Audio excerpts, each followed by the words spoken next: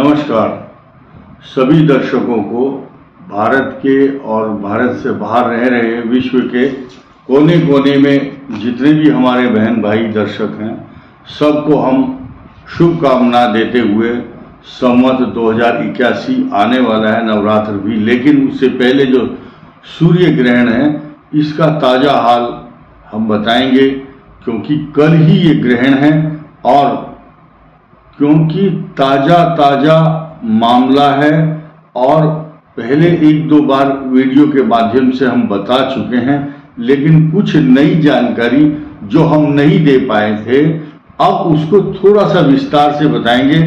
उसका समय भी बताएंगे, किसके लिए प्रिकॉशन लेना चाहिए और भारत में या विदेशों में किन किन देशों में इसका इफेक्ट है, आपको जानना बहुत जरूरी है। क्योंकि पूरे विश्व में कुछ भाई बहन ऐसे हैं जिनके घर में कोई गर्भवती बहन माताएं जरूर होंगी, तो उनको क्या क्या प्रिकॉशंस लेने चाहिए और किस कंट्री के आदमी को धर्म से जुड़े हुए मामले या भारत में खास तौर से कुछ ज़्यादा वहम मानते हैं या ज़्यादा इमोशनल होते हैं इन काम के लिए, इसलिए ये बात करना बहुत आवश्यक है।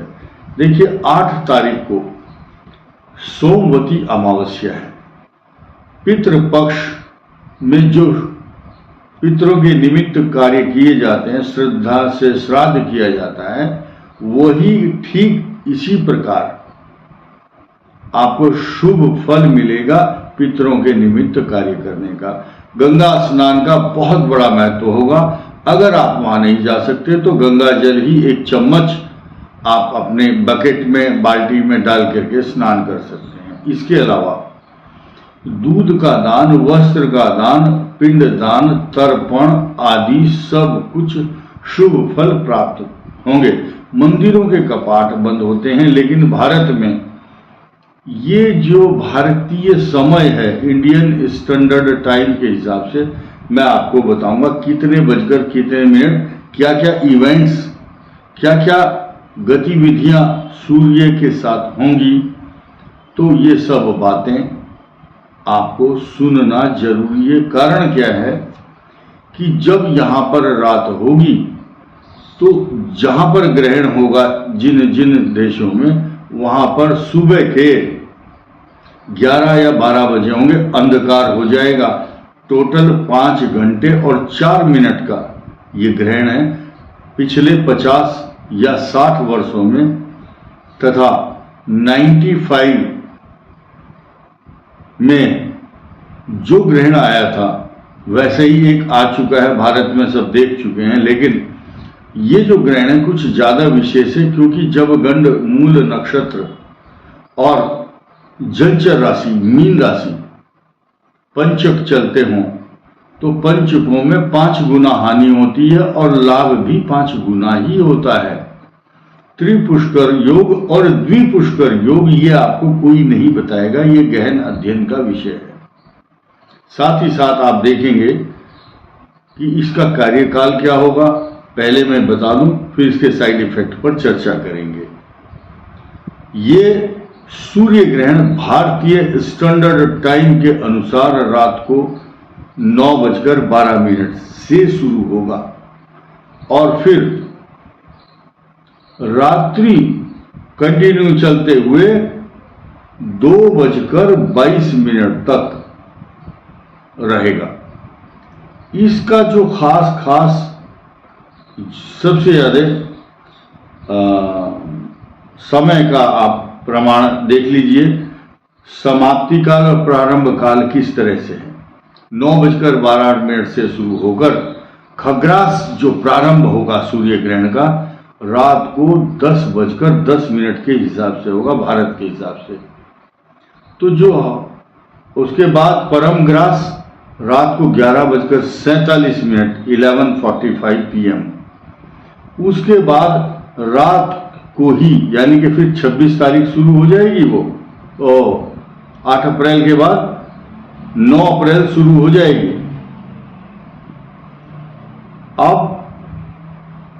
जब ये तारीख शुरू हो जाएगी तो आप उसके हिसाब से गणना करें, 1:25 होगा खग्रास की समाप्ति का समय, और जो ग्रहण की का मोक्ष और समाप्ति काल है पूरी तरह से रात्रि 2:22 पर। इस ग्रहण का जो समाप्ति काल, मोक्ष काल और सब मैंने आपको बताया।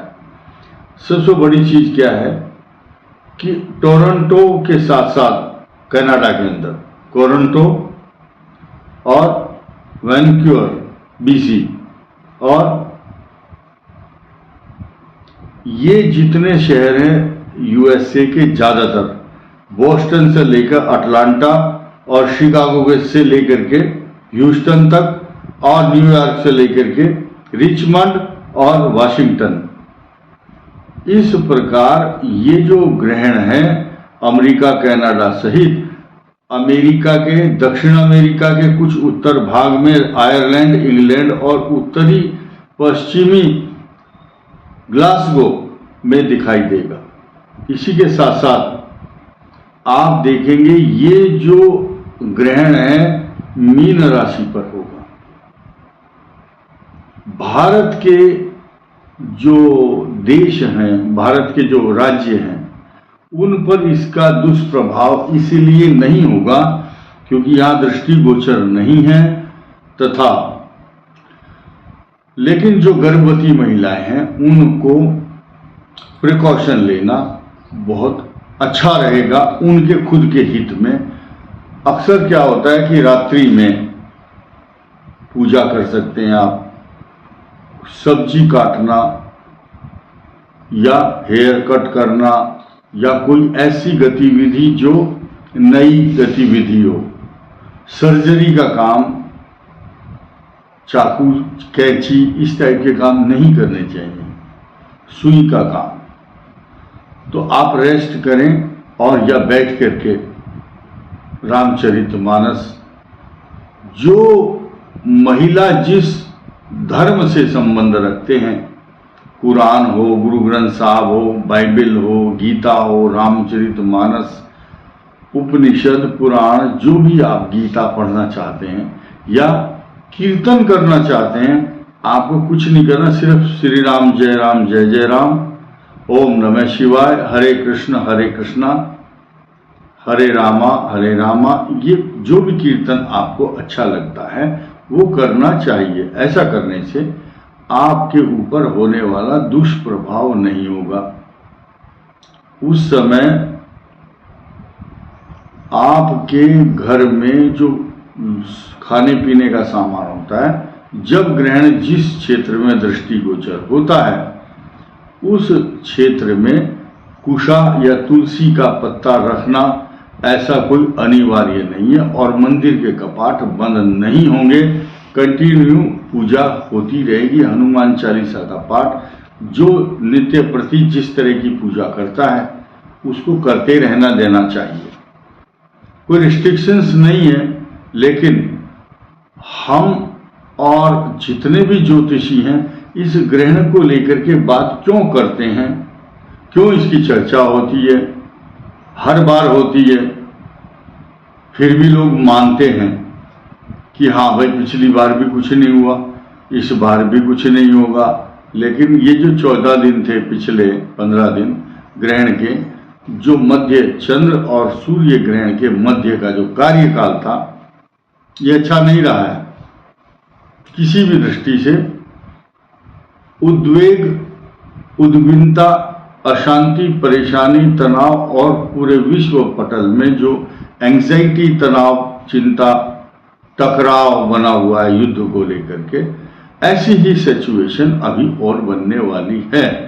लेकिन ये मीन राशि पर जो ग्रहण है, यहाँ 4 ग्रह एक साथ होंगे, तो मीन राशि को प्रभावित करता है। जिस राशि पर, जिसके घर में ये द्वंद्व हो, 4 ग्रह हों, तो वो अशांत होना स्वाभाविक है। उसके कार्यों में कुछ ना कुछ बदलाव या एंजाइटी, तनाव, चिंता, अशांति, पारिवारिक क्लेश का द्योतक बनता है मीन राशि के लिए। अब हम उन राशियों की बात करते हैं जिन राशियों पर ज्यादा इफेक्ट हो सकता है। कौन सी राशि है वो? एक तो मीन राशि ज्यादा इफेक्ट हो सकती है। कारण क्या है? मीन राशि के अष्टम भाव पर, मीन राशि के अष्टम भाव पर होने वाला यह ग्रहण तो गुप्त चिंताएं, परेशानी, अशांति, पेट का रोग, एंजाइटी, व्यर्थ की भागदौड़, अपमान का भय, अशांति, दाम्पत्य जीवन में कलह तथा कुछ परेशानी 1.5 दिन कम से कम ये रखेगा। मेष राशि के लिए 12th हाउस में ये सिचुएशन बनेगी तो मेष राशि शांति से बैठ जाएगी, ऐसा तो हो ही नहीं सकता।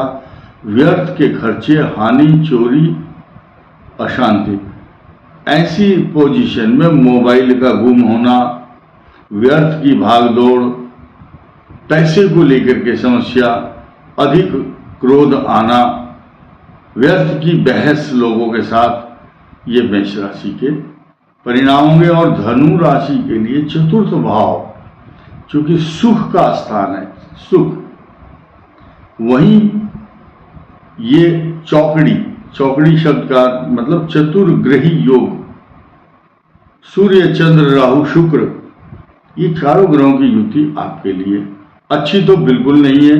कुछ लोग इसी ड्यूरेशन में जॉब स्विच करेंगे और जॉब किसी को नहीं मिलेगी, तो इफेक्ट तो दशम भाव और चतुर्थ भाव पर होना ही है धनु राशि के लिए।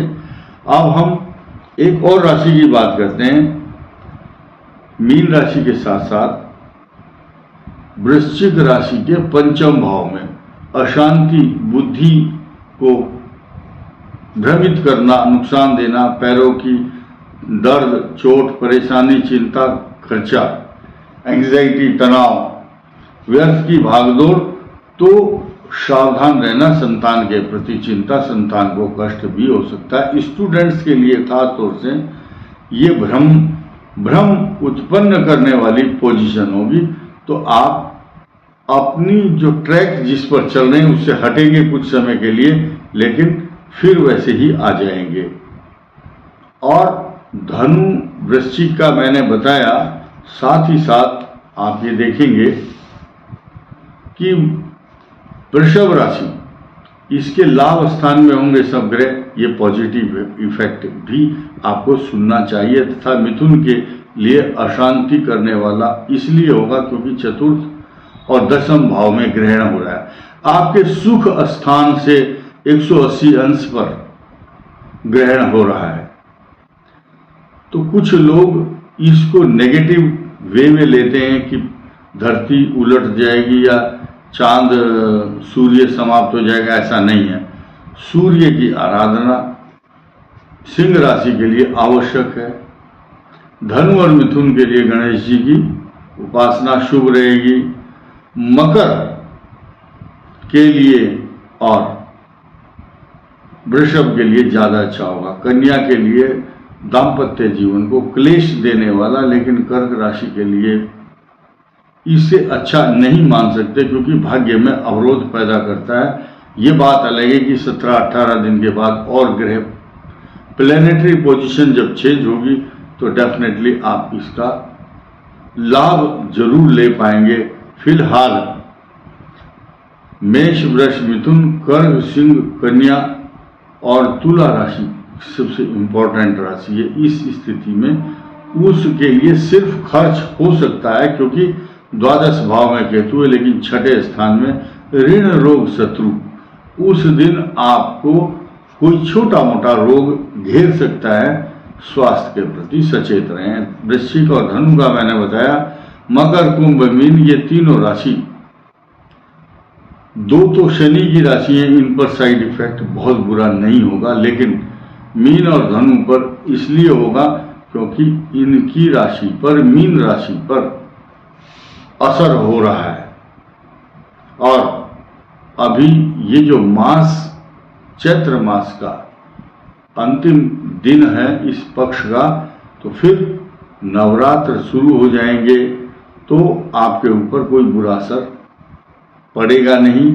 मीन राशि के जातकों को अपने prevention is better than cure, बचाव लेना है।